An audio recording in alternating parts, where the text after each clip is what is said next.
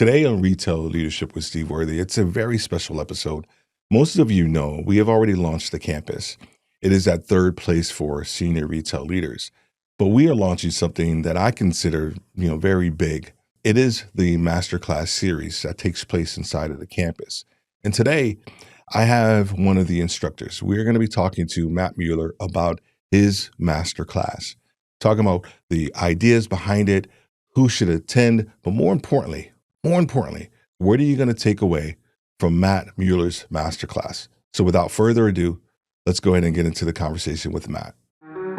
Welcome to Retail Leadership with Steve Worthy, where we go well beyond the corporate playbook to unpack major opportunities, hidden challenges, and critical issues that senior retail leaders face every day.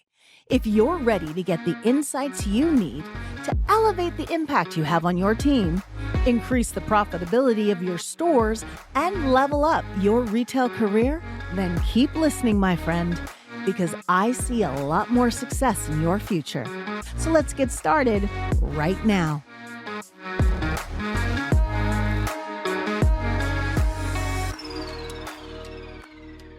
Wow. Okay. Hey, Matt. You know what? It's before we came on air, we were just having a blast as we usually do, and so many things that we talked about.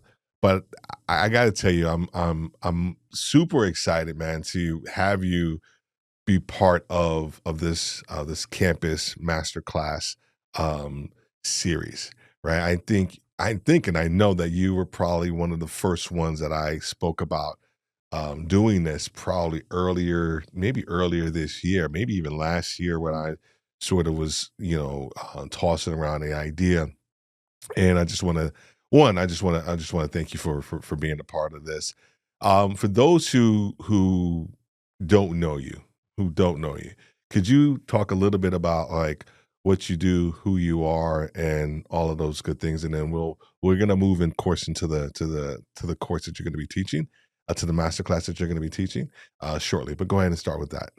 Sure. Well, first, I just appreciate being a part of this. And I'm so glad that we had that conversation a year ago, because this is a phenomenal concept and something that I am so happy that you're doing, because it's something that is truly needed for retail leaders. So I love the cause. So that's glad to be here. But my name is Matt Mueller. I am a innovation strategist helping brands and retailers figure out what they're doing in innovation.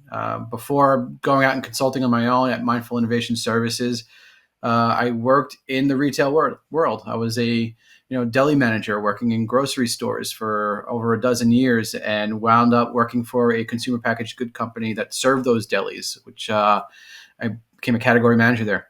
And then one day they just said, "Hey, we're starting an innovation team. We need to evolve the way that we're approaching our consumer experience, and we want you to help us start that team. So what does it look like? White piece of paper." So I got a bunch of thoughts and ideas of what we could do. I was thinking robots, lasers, and AI, and all these other cool things. And the first 2 years, I got a lot of lumps of things that we were doing wrong as an innovation team to support retail and CPG, and it wasn't easy to figure out. So from that experience, it really came down to like, okay, what are the things that we really need to do to execute innovation successfully, to transform our organization and transform the industry?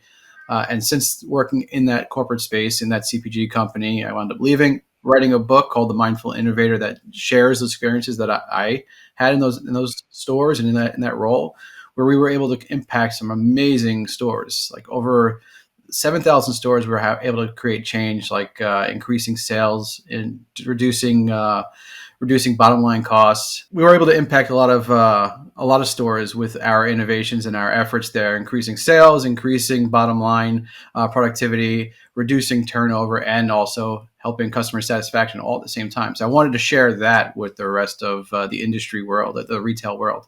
Well, I think the other thing that we often talk about, and this will kind of talk about your book, but also your career, was around the ideas around the leadership experience when it comes to innovation, right?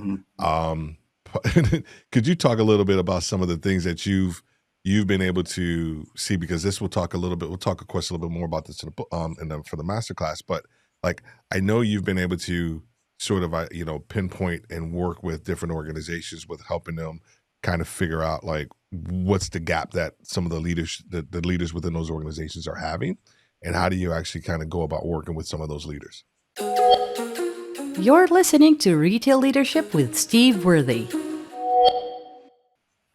Yeah, when we think about innovation, like I mentioned, like it's always, I think, robots, lasers, AI. Like, how do we apply that to our business? And I know that's what a lot of our leaders are thinking. And when I go into organizations, I find that a lot of times that leaders have a misconception of what innovation really is. And they're moving in these directions that not necessarily are the right path. Like I worked with this one CPG brand where they were like, "Hey, we are all in on innovation. We're spending hundreds of $1,000s on it because it's important for our clients." And this is a butter company, and they sell butter to food service locations and grocery stores. And they're like, "We really need to focus in on flavor innovation." So that was all they focused in on. Like, we're going to create a lemon pepper butter. We're going to create a chipotle butter. They were trying to create all these different butters.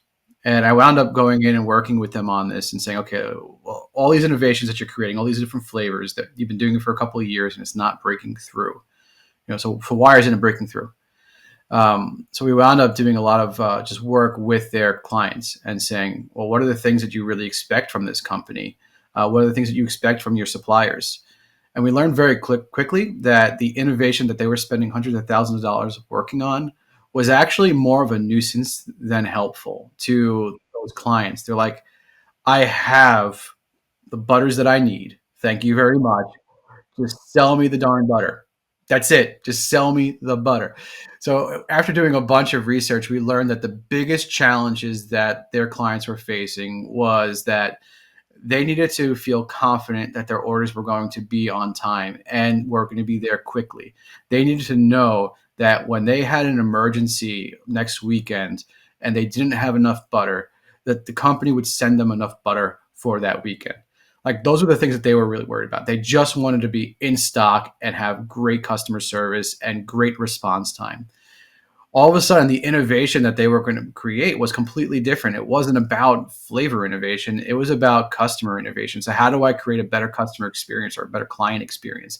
So we started to focus our efforts on creating that confidence. So what marketing messaging do they need to create to make sure that there's confidence? What tools and systems need to be in place to create that confidence? So all of a sudden, we completely just flipped everything we were doing in the organization, because, well, we found out that we weren't solving the right problem. Like, the problem wasn't flavor. And a lot of times I feel like that's what happens with leaders, is that we start to solve those incorrect problems. I love that. That's man, that's such a great story. Because when you were like, talking about all these different, flavors, I was like, does anybody really need all of those flavors? Like, who like? And then then I'm thinking about, honestly, the first thing that I started thinking about the butter section in Walmart. And I'm like, I don't think I've ever seen one of those flavors, like, or any variation of those, like, inside of, like a Walmart. Walmart's, of course, the biggest retailer, in the world. And so I'm like, who needs that? And then it just got me thinking, and you said it already. I think the tendency sometimes is that we innovate for innovation's sake, and just to say we're innovating, when in actuality, if we sort of look at what were our core principles and our processes and sort of innovate within that framework, we can, or to identify innovations within our current framework, then we can actually just get better at what we're doing, instead of Yeah. all of this extra stuff all this extra butter ideas that we're trying to create. Yeah, I mean, just they're stocking tons of extra butter for no reason. It's horrible, but that's what happens a lot of times when we're thinking about that innovation. I love that innovating just for innovation's sake is totally something that is real and is something that I'm on a mission to solve. Oh man. And so you've been doing some amazing speaking engagements.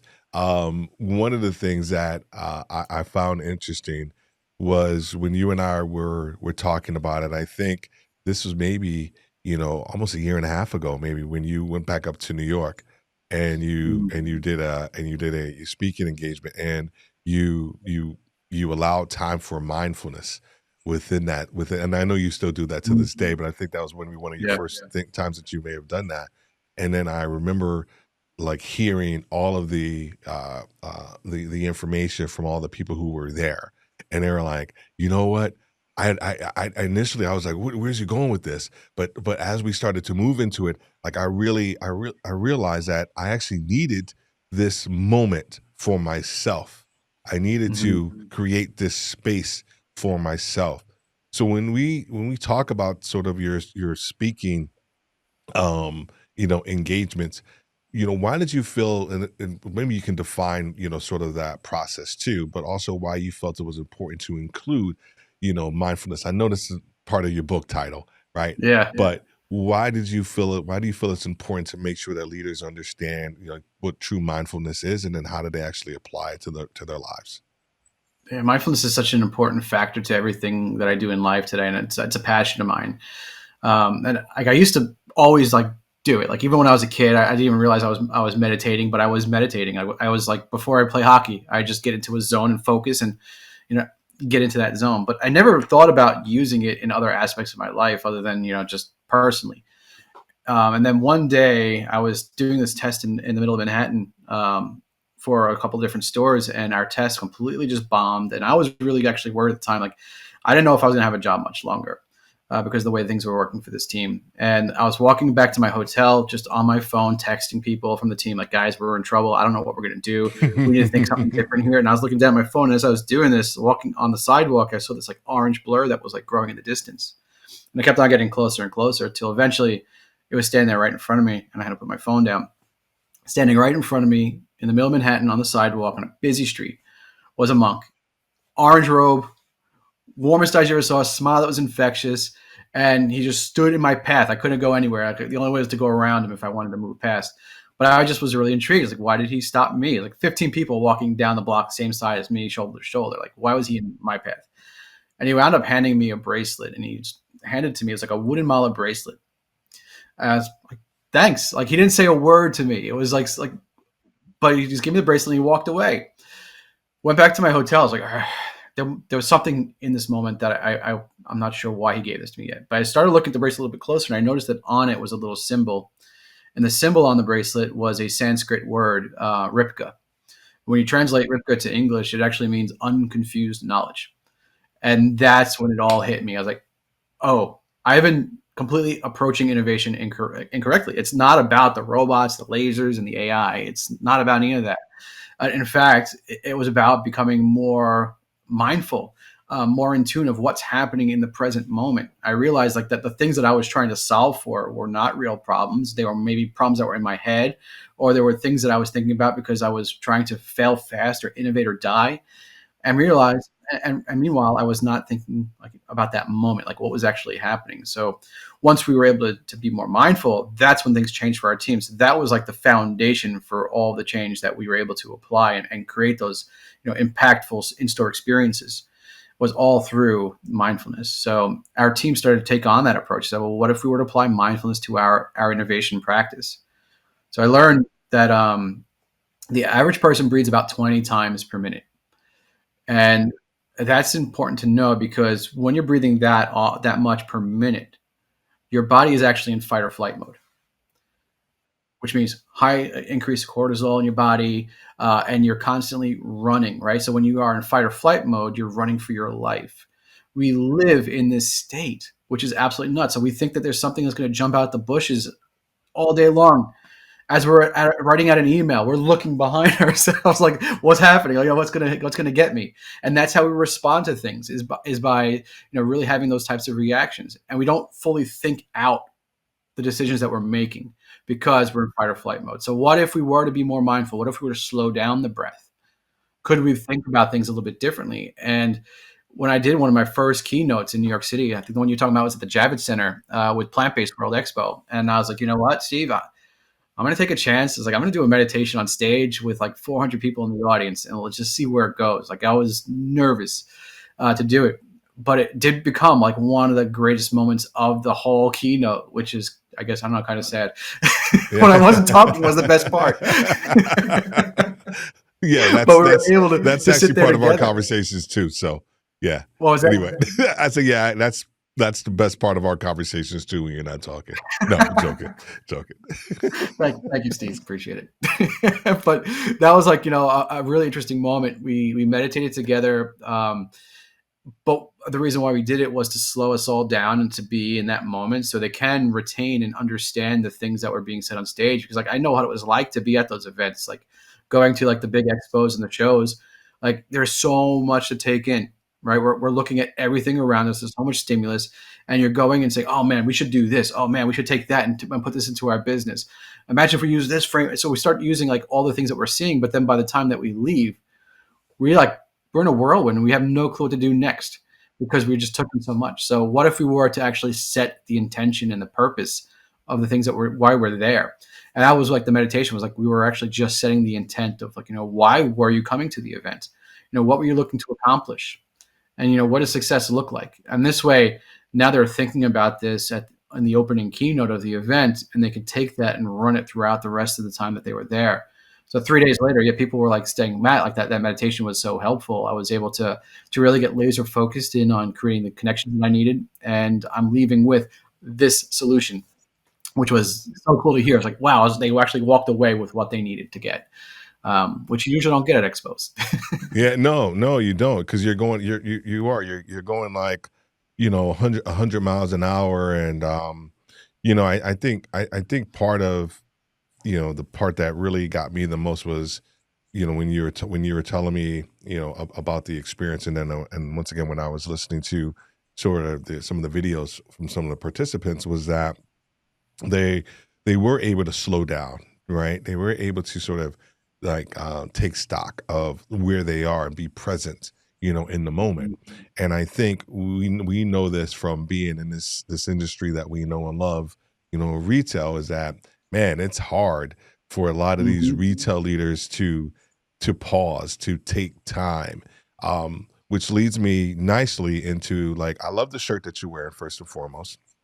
So thank you Nice, for pretty nice. rocking that shirt. Mhm. Thank you for rocking that shirt.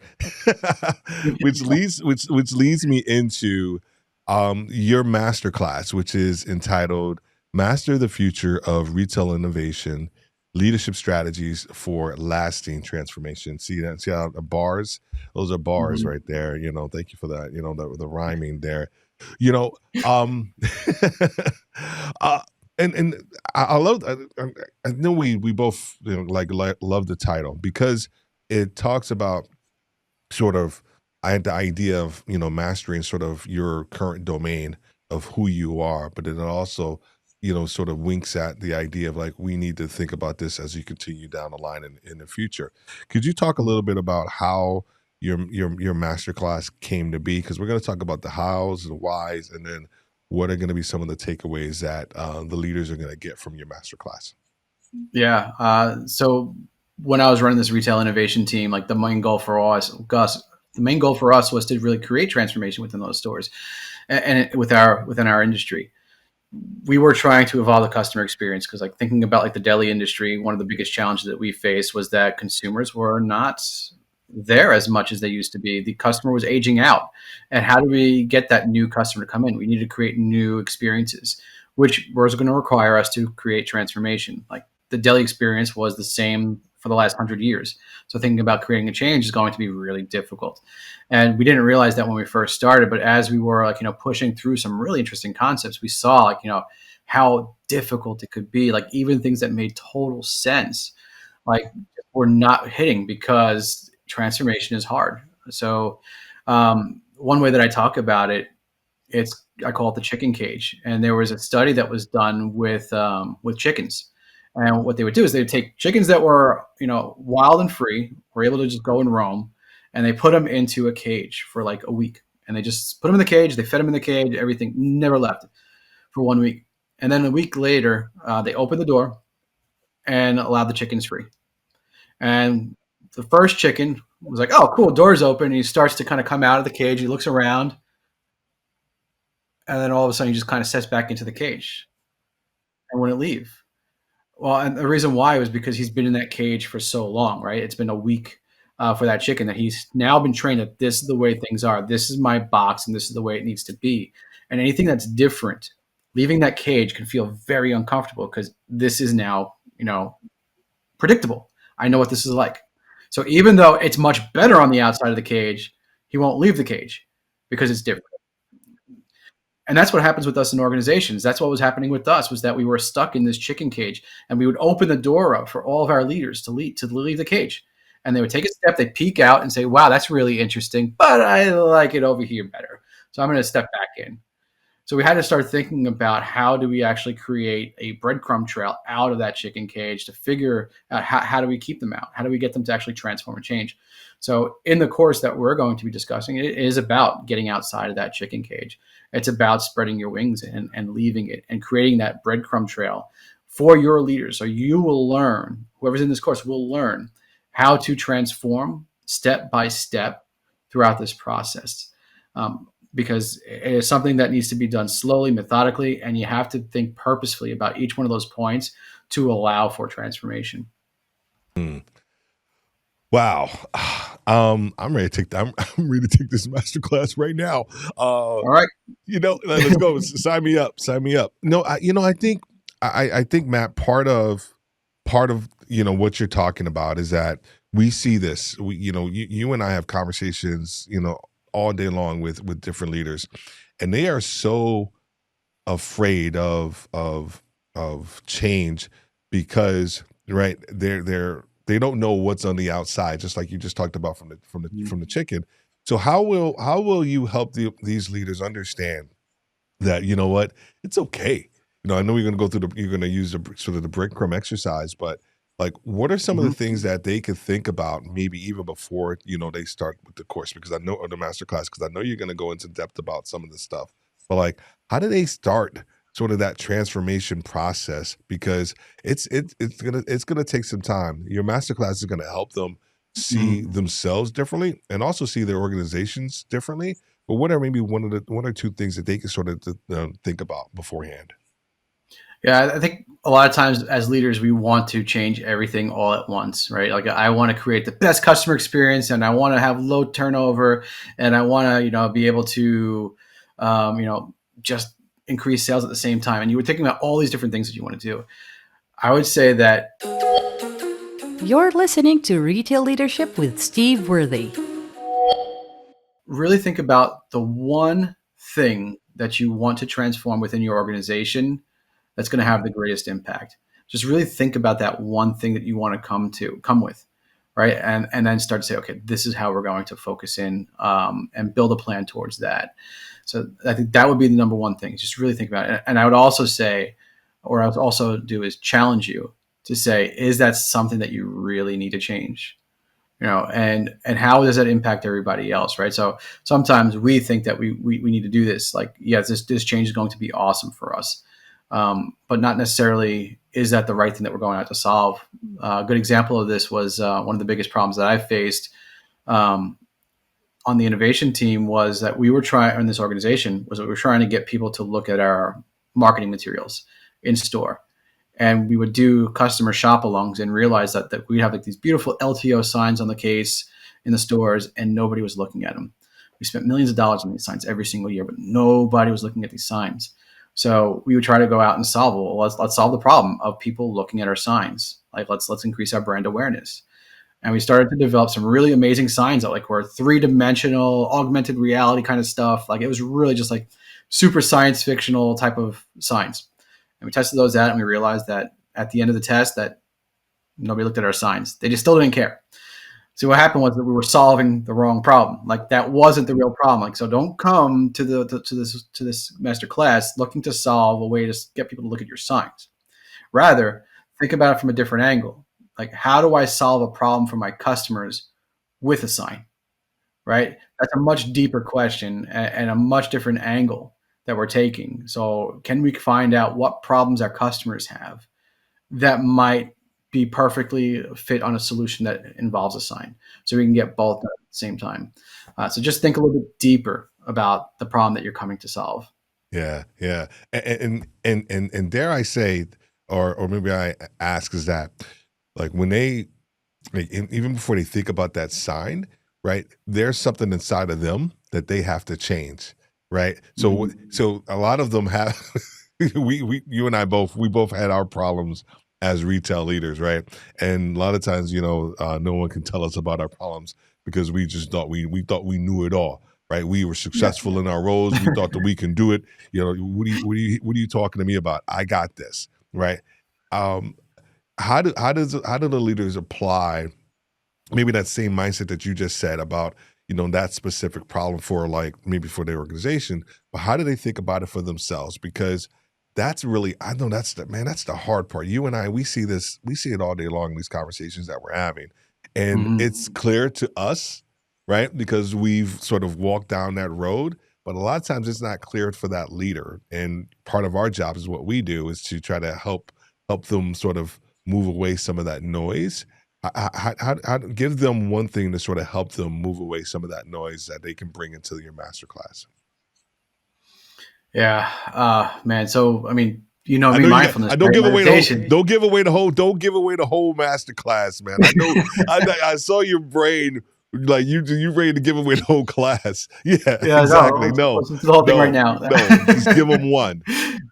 No, you got to go back to mindfulness, right? So I think it's just a Yeah, matter of just being yeah. really tapping into, what are the things that are really driving you internally, and like just flipping the switch and just challenge yourself to understand that you know nothing, right? I mean, this is really weird, but I mean, serious, you know nothing. Like even if you know everything, you know nothing. So what I do with my employees and with my customers is I let them lead me, right? So what are the things that they are saying? What are the things that they are doing? And just having those open conversations, and no matter what the answers are that they tell me, I just completely listen in. Just listen into what exactly they're saying. So if you could tap into just, feeling like you know nothing and you're going to learn everything from every single interaction that you have, like you could be with your frontline employees, just spend the day with them and let them lead you. And no answer they tell you is wrong. They might tell you the dumbest thing ever. They are right. Just take it like from their perspective, because you're putting yourself in their shoes, and it all comes down to having that empathy and removing yourself from the picture, just for a moment. And then once that interaction is over, then you can put that back in and say, okay, now what do I do with this information? How do I move forward? Yeah. Oh, dude, that's so good. That is so good. I love this idea around, giving yourself like sort of that margin, or that capacity in order to take in from other people and sort of suspend all of your thoughts, all of your knowledge, all of your wisdom and who you are. And I think and I want people to understand and hear this is that and Matt, you can, chime in, of course, is that Matt's not saying that you're discounting any of that. You're not discounting your knowledge, your wisdom, your years of experience, or any of that. It's just like you have to suspend some of that. You actually have to sort of Mhm. relinquish some of that, sort of that responsibility in order to take in, more. So when you said nothing, man, that just, man, for me, that was hard. I was hard for me to even hear that because I was like, hold up, man, I know a lot. I know a lot of things, and Yeah. but you're telling me I know you're no one's not. coming to my course now. That's it. That we were like, I'm not. No, I, I know too much. I'm not going to take this class. No, I believe that there are going to be a ton of people out there that are going to understand that that they don't know a lot of stuff and that they need to sort of suspend some of those things. So, Matt, as we close up here, I want to leave the floor and leave this opportunity for you to just talk a little to the potential attendee, for the masterclass, and just talk a little bit, talk directly to them, and then we're gonna call it a day. All right. Well, for everyone that is looking to attend this class, I'd be so grateful for you to be there. I think it's going to be an amazing experience, and it's something that is going to have a lasting impact, not only for your company, but also for you personally. It gives you a new framework and a different way to look at things as you become the greatest leader possible. Like, there's one thing that I always leave my audiences with, and I'll leave it with you here too. So if we just bring a level of awareness into each conversation that we're having, each observation that we're making, and to each moment that we live, just that little bit of awareness can create great change in this world.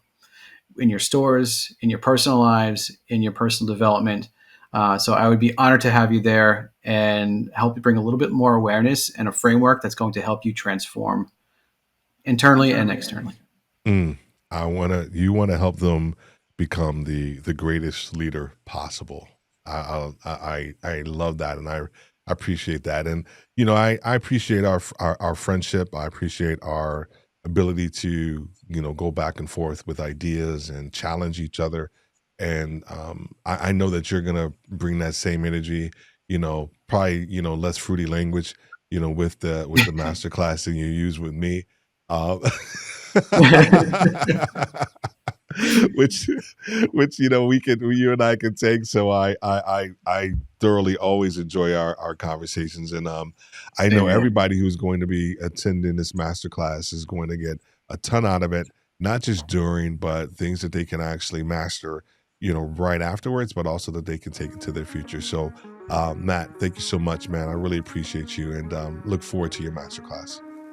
Thanks so much, Steve. Appreciate you as well, and can't wait.